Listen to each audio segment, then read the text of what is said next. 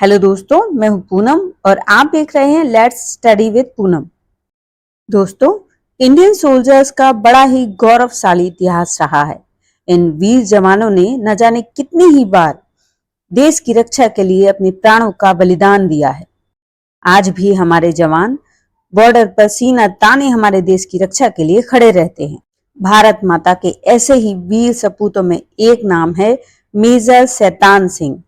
इन्होंने 1962 में चीन युद्ध में सेना की एक छोटी सी टुकड़ी का नेतृत्व किया था। मेजर शैतान सिंह दुश्मनों से बड़ी ही बहादुरी के साथ लड़ते हुए शहीद हो गए थे, लेकिन उनकी मौत से पहले उनके कुशल नेतृत्व में उस सैनिक टुकड़ी ने चीनी सैनिकों की मौत के अंबार लगा दिए थे। एक एक भारतीय सैनिक 10-10 चीनी सैनिकों पर भारी पड़ा था। आइए इनके पराक्रम की इस कहानी को डिटेल में समझते हैं। सबसे पहले मेजर शैतान सिंह के प्रारंभिक जीवन की कुछ बात करते हैं। मेजर शैतान सिंह का जन्म 1 दिसंबर 1924 को राजस्थान के जोधपुर में हुआ था। मेजर शैतान सिंह के पिता हेम सिंह भट्टी भी सैन्य अधिकारी थे। अपने पिता की तरह बेटे ने भी देश के लिए कुछ कर दिखाने का सपना देखा था। पढ़ाई पूरी करने के बाद उनका भारतीय सैनिक बनने का सपना भी पूरा हुआ। 1 अगस्त 1949 को ये जोधपुर राज्य बल का हिस्सा बने। आगे जाकर जब जोधपुर रियासत का भारत में विलय हुआ तो इन्हें कुमाऊं रेजिमेंट में ट्रांसफर कर दिया गया। इसके बाद इन्होंने नागा हिल्स ऑपरेशन में अपनी सूझबूझ का परिचय दिया। 1961 में जब गोवा का भारत में विलय हुआ, उस समय भी शैतान सिंह ने अपनी जिम्मेदारी बखूबी निभाई थी। 1962 में इनकी कार्यकुशलता को देखते हुए इनका प्रमोशन हुआ और इन्हें मेजर का पद दिया गया। आगे चलकर अक्टूबर 1962 में भारत और चीन का युद्ध शुरू हो गया। मेजर शैतान सिंह के नेतृत्व में कुमाऊं रेजिमेंट की छोटी सी बटालियन को लद्दाख के चुशूल सेक्टर में तैनात कर दिया गया।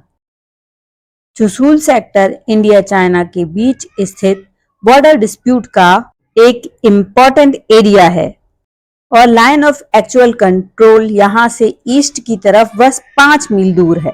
मेजर शैतान सिंह ने बड़े ही साहस के साथ इस एरिया की रक्षा की। मेजर शैतान सिंह के नेतृत्व वाली कुमाऊं रेजिमेंट यहां पर चाइनीज आर्मी के साथ रेजांगला का युद्ध लड़ती है। 13वीं कुमाऊं रेजिमेंट को चुशूल सेक्टर हवाई पट्टी की रक्षा के लिए भेजा गया था। इसके ज्यादातर जवान हरियाणा से ही थे, जिन्होंने अपने जीवन में अभी तक बर्फ नहीं देखी थी। इन्हें केवल 2 दिन के नोटिस पर बारामूला से चुशूल सेक्टर भेजा गया था। उन्हें बर्फबारी और सर्दी में ढलने का मौका ही नहीं मिल पाया था। कुमाऊं रेजिमेंट के जवानों के चुशूल सेक्टर पहुंचने के साथ ही इंडियन एयरफोर्स का विमान आर्म्स और एमिनेशंस 47 अहीर रिक्रूट्स को लेकर भी आता है। इन्हें सीधी ट्रेनिंग से लाया गया था। इन नए रिक्रूट्स को लद्दाख की हड्डियां तक कपा देने वाली ठंड का अंदाजा नहीं था, लेकिन हमारे देश को इनके कंधों पर बहुत भरोसा था। इन नए 47 रिक्रूट्स के साथ मेजर शैतान सिंह की कमांड में अब 120 जवान थे। इस कंपनी को चार्ली नाम दिया गया था और इसे सी कंपनी भी कहा जाता था। इस कंपनी को चुशूल वैली के दक्षिण पूर्वी हिस्से में रेजांगला भाग में रोक दिया गया। ये जगह 5000 मीटर की ऊंचाई पर स्थित थी। पहले कभी भी उन सैनिकों का ऐसी ठंडी जगह से पाला नहीं पड़ा था। फिर भी वो इस ठंड में अपनी देश की खातिर दुश्मनों से लड़ने को तैयार थे। दुश्मन सैनिक तो इस जगह पर लड़ने के आदी थे। मेजर शैतान सिंह के सैनिकों के जोश के आगे वो ठंड भी बेअसर थी।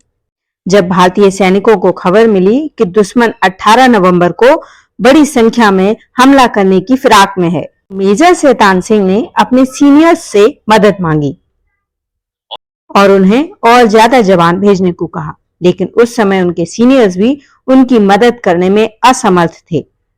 सीनियर्स ने मेजर शैतान सिंह को पीछे हटने का हुक्म दिया, क्योंकि इंडियन आर्मी के लिए अपने सैनिकों की जान बचाना पहली प्राथमिकता थी। पीछे हटने का मतलब था दुश्मन को पीठ दिखाना, जो कि मेजर शैतान सिंह को और उनकी बटालियन के सैनिकों को कतई मंजूर नहीं था। मेजर शैतान सिंह ने जब अपनी बटालियन के सैनिकों को पूरा हाल बताया तो सैनिकों ने भी यही कहा कि पीछे हटने का तो सवाल ही पैदा नहीं होता। मेजर ने भी अपने सीनियर्स को जवाब भेज दिया कि सी कंपनी के जवान किसी भी कीमत पर पीछे नहीं हटेंगे। 18 नवंबर 1962 को जब घड़ी में सुबह 3:30 हो रहे थे, तब चीन बॉर्डर की तरफ से कुछ हलचल महसूस हुई। मेजर शैतान सिंह ने अपने सैनिकों को हुक्म दिया कि जैसे ही चीनी सैनिक उनकी रेंज में आए, उन पर गोलीबारी करना चालू कर दिया जाए।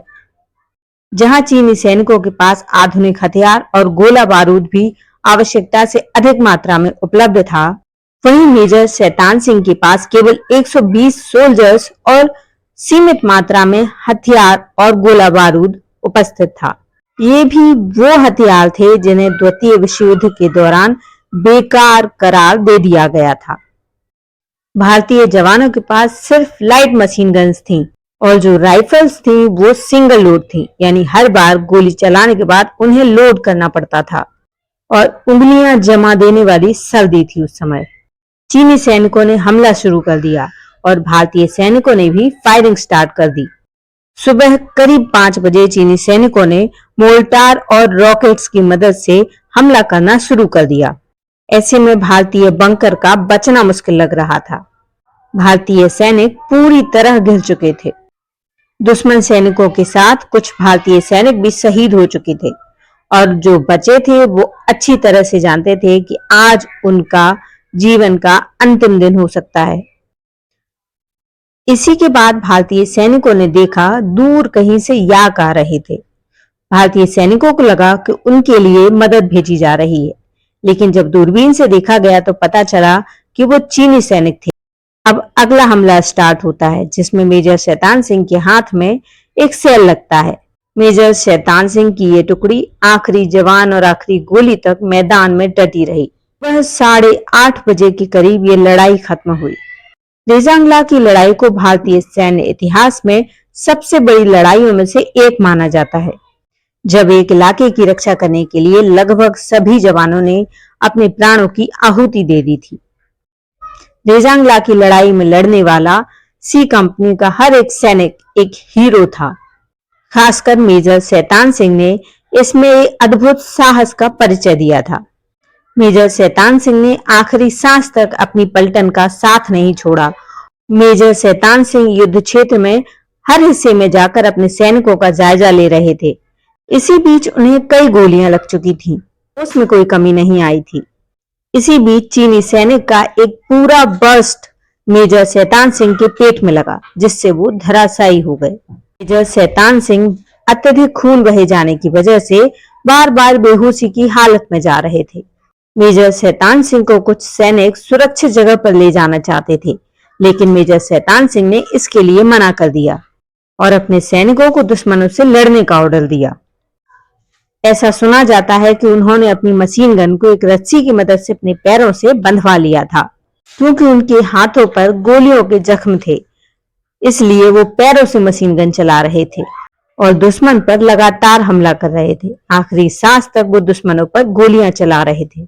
18 नवंबर 1962 को इसी तरह देश की रक्षा करते हुए वो शहीद हो गए। रेजांगला के इस युद्ध का भारत के इतिहास में एक महत्वपूर्ण स्थान है। आगे चलकर पता चला कि रेजांगला के इस युद्ध में भारतीय सैनिकों ने केवल 120 संख्या में होने के बावजूद भी चीनी सैनिकों की लाशें बिछा दी थी। बचे हुए 6 सैनिकों को बंदी बना लिया गया था।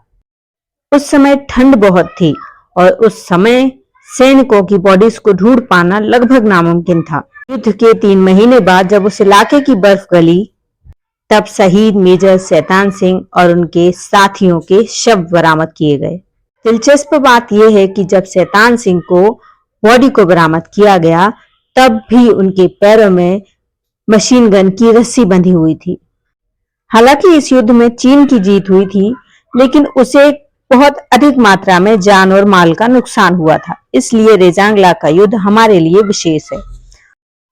तो दोस्तों, रेजांगला के युद्ध की ये जानकारी और मेजर शैतान सिंह के बारे में ये जानकारी आपको कैसी लगी, कमेंट करके जरूर बताइए। और यदि चैनल पर नए हैं तो चैनल को लाइक, शेयर और सब्सक्राइब जरूर करिए। धन्यवाद दोस्तों।